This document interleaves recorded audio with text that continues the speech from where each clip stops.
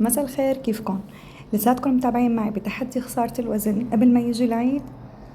اليوم ضمن نظام الصيام المتقطع حضرت وجبة غدا، بس الوجبة تقريبا نباتية، لأنه في كتير أشخاص قالوا لي إنه نحن ما بنحب الدجاج ولا بنحب اللحمة، فبدنا وصفات تكون للدايت نباتية. اليوم رح أحضر معكم شوربة الشوفان، وكمان رح أحضر معكم سلطة السلق. كمان رح بيكون في عنا تحلية صغيرة يلي هي خبزة توست كامل القمح مع شوية زبدة فول السوداني. مثل ما انكم شايفين أنا رح بلش معكم بطريقة التحضير. حضرت سلطة السلق، فرمت السلق طبعا، ورح ضيف عليه معلقة من السمسم المحمص، وكمان نص معلقة من حبة البركة، رشة كمون، ومعلقة من السماق. في عندي هون كمان ربع بصلة، وراح ضيف معلقة زيت زيتون. هاي السلطة كتير مفيدة وكتير لذيذة. راح ضيف كمان رشة ملح، طبعا الملح حسب الرغبة. بدي اقلب السلطة شوي واتركها هيك لحتى تدبل. مثل ما نكون شايفين بعد 5 دقايق حجمها قل ودبلت، شربت الملح وشربت الزيت، وهيك صارت جاهزة عنا. راح اتركها على جنب لحتى نبدأ نحضر شوربة الشوفان. بالنسبة للشوربة انا هون في عندي بصلة مع معلقة واحدة من زيت الزيتون. كمان راح اضيف شوية جزر تقريبا ربع كاسة، ربع كاسة بازاليا. كمان في عندي ربع كاسة من الذرة المسلوقة.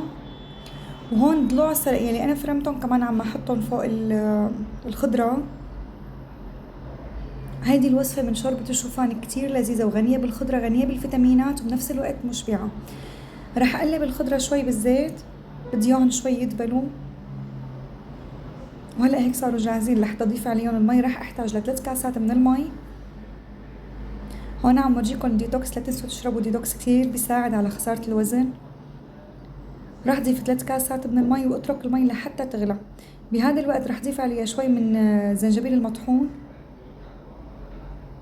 وكمان رشة من البهار، بس انا كترت، انتو لا تكتروا.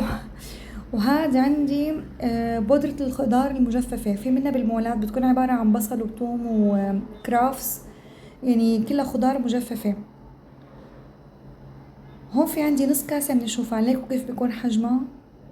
المفروض اني اطفي النار لما بضيف الشوفان، ما بغطيهم، بتركهم هيك تقريبا ربع ساعة لحتى بهذا الشكل. حضرت شوربة الشوفان طيبة ولذيذة وغنية كتير بالألياف وبالفيتامينات، وبنفس الوقت مشبعة. كمان أنا سويت قطعة توست، حطيت عليها شوي صغيرة، يعني تقريبا ما يعادل نص معلقة من زبدة الفول السوداني، أنا اعتبرتهم كتحلية. هذا هو الشوفان اللي أنا بستخدمه. كمان بالنسبة لسلطة اللي هي سلطة السلق، فأنا زينتها بشوية قروش ليمون حامض، وكمان جزر وشوية جبنة، وهيك خلص الغدا. صحتين وهنا.